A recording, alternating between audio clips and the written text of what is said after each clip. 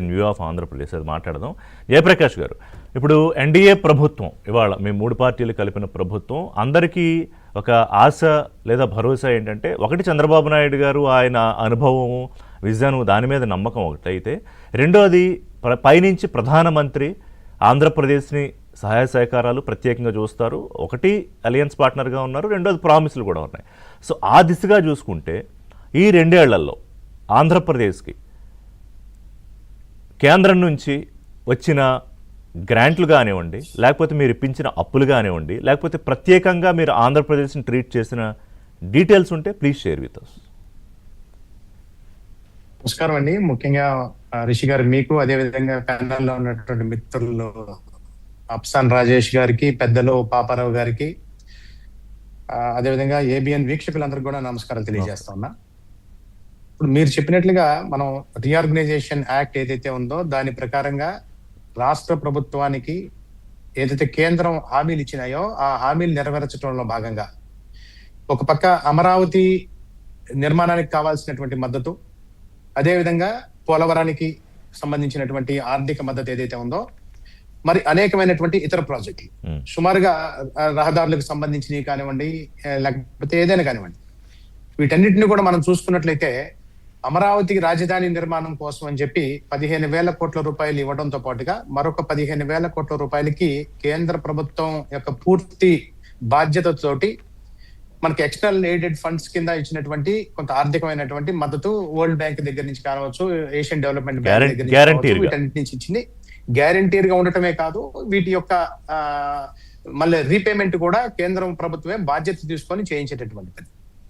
అదే విధంగా పోలవరానికి సంబంధించినటువంటి ఆమోదం పొందినటువంటి బడ్జెట్ ఏదైతే ఉందో 30,000 కోట్ల రూపాయలు చిల్లర ఏదైతే ఉందో, ఆ 30,000 కోట్ల రూపాయల్లో ఇవాళ వరకు సుమారుగా 20,653 కోట్ల రూపాయలని ఆల్రెడీ డెలివరీ చేయడం కూడా జరిగింది. అత్యంత వేగవంతంగా ఇవాళ ఈ 2 సంవత్సరాల కాలంలో పోలవరం ప్రాజెక్టు రేపు ముఖ్యమంత్రి గారు నిన్న ప్రకటించినట్టుగా ఆగస్టు 14 నాటికి లెఫ్ట్ కెనాల్ నుంచి వాటర్ కూడా రిలీజ్ చేసేటువంటి పరిస్థితి, కంప్లీట్ చేసేటువంటి పరిస్థితిలోకి తీసుకొని వస్తా ఉన్నాం. ఇది కాకుండా కేంద్ర ప్రభుత్వం ఏదైతే రీఆర్గనైజేషన్ యాక్ట్ లో చెప్పినటువంటి అంశాలు ఉన్నాయో, 11 సంస్థలు కేంద్ర ప్రభుత్వ సంస్థల్ని ఆంధ్రప్రదేశ్ కి ఇస్తున్నామని చెప్పి ఏదైతే పెట్టిందో చెప్పిన దానికంటే ఎక్కువగా 18 సంస్థలకి ఆల్రెడీ ఇక్కడ ఫ్లోట్ చేయడం జరిగింది. వాటికి సంబంధించినటువంటి పెట్టుబడుల రూపేణా ఇవాళ సుమారుగా ఆంధ్ర రాష్ట్రానికి 14 లక్షల కోట్ల రూపాయల పెట్టుబడులు, అది రహదారులు కావచ్చు, ఎయిమ్స్ లాంటిది కావచ్చు, నిట్ కావచ్చు, IIIT కావచ్చు, ఐఐటి కావచ్చు, ఇదే విధంగా నిఫ్ట్ కావచ్చు, ఇటువంటి ఎన్నో సంస్థలకి స్కిల్ డెవలప్మెంట్ సెంటర్స్ కి సంబంధించింది కావచ్చు, అన్నిటికీ సంబంధించినటువంటి సుమారుగా 14 లక్షల కోట్ల రూపాయల పెట్టుబడులు ఆంధ్ర రాష్ట్రానికి ఇవ్వడం జరిగింది. వాటి మీద పెట్టుబడి పెడతా ఉంది. ఇవాళ రహదారుల పరంగా చూసినట్లయితే కనుక 2014 నాటికి ఈ రాష్ట్రంలో సుమారుగా 64,000 కిలోమీటర్ల రహదారులు, జాతీయ రహదారులు ఉంటే, ఇవాళ నేషనల్ హైవేస్ ఆంధ్రప్రదేశ్ రాష్ట్రానికి వచ్చేటప్పటికి 1,20,000 కిలోమీటర్లు దాటి వెళ్ళిపోయింది. వీటికి సంబంధించినటువంటి సుమారుగా 60 నుంచి 65,000 కోట్ల రూపాయలని ఆంధ్ర రాష్ట్రంలో పెట్టుబడులు డైరెక్ట్ గా నేషనల్ హైవేస్ ఒక్కటే పెట్టినటువంటి పరిస్థితి.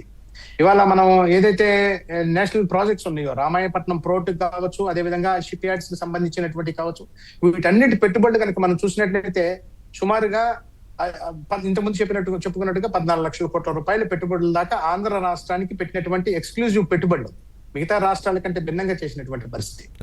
ఆర్థిక ఆంధ్రప్రదేశ్ అంటే కేవలం డబ్బు మాత్రమే మనం చూడవలసినటువంటి విషయం కాదండి. ఆర్థిక మద్దతు అంటే దీనికి సంబంధించినటువంటి ఈ ప్రాంతంలో పెట్టుబడులతో పాటుగా ఉపాధి కల్పించే విధంగా, అదే విధంగా మౌలిక వసతులు కల్పించడం, ముఖ్యంగా ఈ రాష్ట్రం మీద పెట్టుబడిదారులు గత 5 సంవత్సరాల పాటు 2024 కంటే ముందు ఉన్నటువంటి 5 సంవత్సరాల పాటు పెట్టుబడిదారులు ఈ రాష్ట్రం మీద విశ్వాసాన్ని కోల్పోయినటువంటి పరిస్థితి. అటువంటి విశ్వాసాన్ని తిరిగి మళ్ళీ తీసుకొచ్చే విధంగా డబుల్ ఇంజిన్ సర్కార్ ఇవాళ నరేంద్ర మోదీ గారు, అదేవిధంగా చంద్రబాబు నాయుడు గారు, పవన్ కళ్యాణ్ గారు కలిసి ఆంధ్ర రాష్ట్రం మీద మళ్ళీ పెట్టుబడులు పెట్టేటటువంటి అవకాశం ఉంది, పూర్తిగా కేంద్ర మద్దతు ఉంది అనే ఒక విశ్వాసాన్ని కల్పించడం కూడా పెద్ద ఆర్థిక విజయంగా నేను భావిస్తున్నాను. దీంతో పాటుగా ఇవాళ మనం విదేశాల నుంచి తీసుకొస్తున్నటువంటి పెట్టుబడులు ఏవైతే ఉన్నాయో వాటన్నిటికీ కూడా కేంద్ర ప్రభుత్వం త్వరితగతిన అనుమతులు ఇచ్చే విధానం కానివ్వండి. ఇవాళ ఏ డేటా సెంటర్ వచ్చింది విశాఖపట్నం ప్రాంతానికి అంటే కేంద్ర ప్రభుత్వం ఇచ్చినటువంటి సహాయ సహకారాలు మనం మర్చిపోలేనటువంటిది. అదే విధంగా మనకి సౌత్ కోస్టల్ రైల్వే జోన్ ఏదైతే ఉందో విశాఖపట్నం దగ్గర మనం ప్రకటించినటువంటిది. దాని ప్రకారంగా అది యాక్చువల్ గా రీఆర్గనైజేషన్ యాక్ట్ లో లేదు, అయినప్పటికీ కూడా దాన్ని ఎప్పటి నుంచో ఉన్నటువంటి విశాఖపట్నం వాసులకు ఉన్నటువంటి డిమాండ్, వాటన్నిటిని కూడా మనం అక్కడ పెట్టుబడులు పెట్టడం జరుగుతా ఉంది. అదేవిధంగా విశాఖ స్టీల్ ప్లాంట్ కి సంబంధించింది 11,444 కోట్ల రూపాయలు దానికి పెట్టుబడులు పెట్టి ఇది మళ్ళా పునర్జీవనం జరిగే విధంగా ఇవాళ అక్కడ ఉత్పత్తి జరుగుతా ఉంది అంటే కేంద్ర ప్రభుత్వం ఇస్తున్నటువంటి సహాయ సహకారాలు. వీటితో పాటుగా డిఫెన్స్ కి సంబంధించినటువంటిది మనం 2 ఇండస్ట్రియల్ పార్కులు ఏవైతే కొప్పర్తి, ఓర్వకల్లు ఉన్నాయో వాటికి సంబంధించినటువంటి ఇండస్ట్రియల్ పార్క్ కావాల్సినటువంటి అన్ని వసతులు కల్పించడం.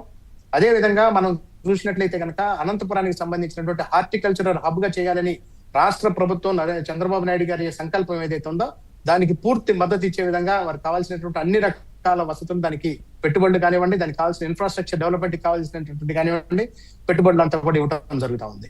వీటితో పాటుగా ఇంతకుముందు అనుకున్నట్టుగా డిఫెన్స్ కి సంబంధించిన రాజ్నాథ్ సింగ్ గారు రీసెంట్ గా ఇక్కడ చేసినటువంటిది, మన అనంతపూర్లకు వచ్చినప్పుడు వారు చేసినటువంటిది సుమారుగా దాని ద్వారా 10,000 చిల్లర కోట్ల రూపాయల పెట్టుబడులు ఆ ప్రాంతానికి వస్తా ఉన్నటువంటి పరిస్థితి.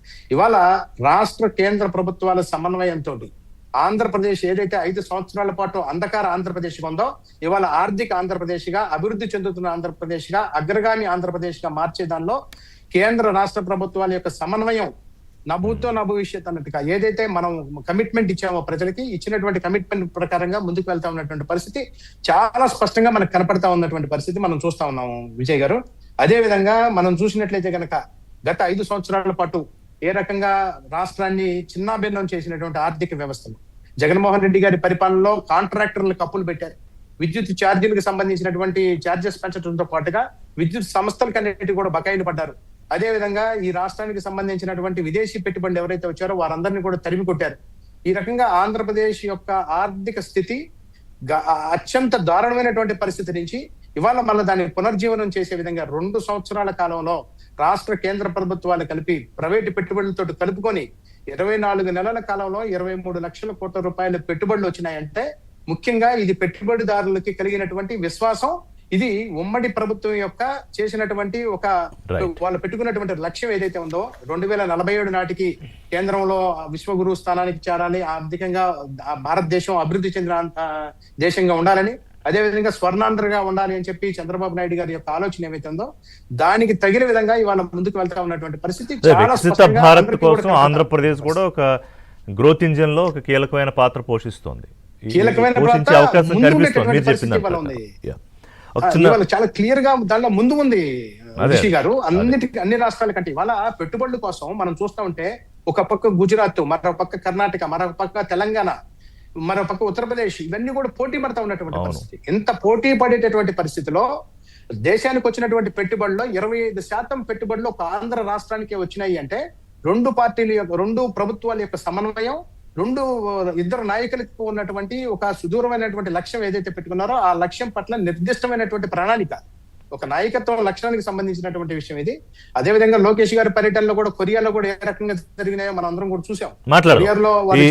ఈ విదేశీ పర్యటనలు, దాని ద్వారా వచ్చిన పెట్టుబడులు, దాని ద్వారా కల్పించబడబోయే ఉద్యోగ అవకాశాలు, దేని గురించి కూడా మాట్లాడదాం. బిఫోర్ దట్ ఈ ఆర్థిక ముఖ చిత్రం గురించి మాట్లాడుకునే ముందు ఒక చిన్న బ్రేక్ తీసుకుంటా, పాపారావు గారి అనాలిసిస్ తీసుకునే ముందు. Take a short break.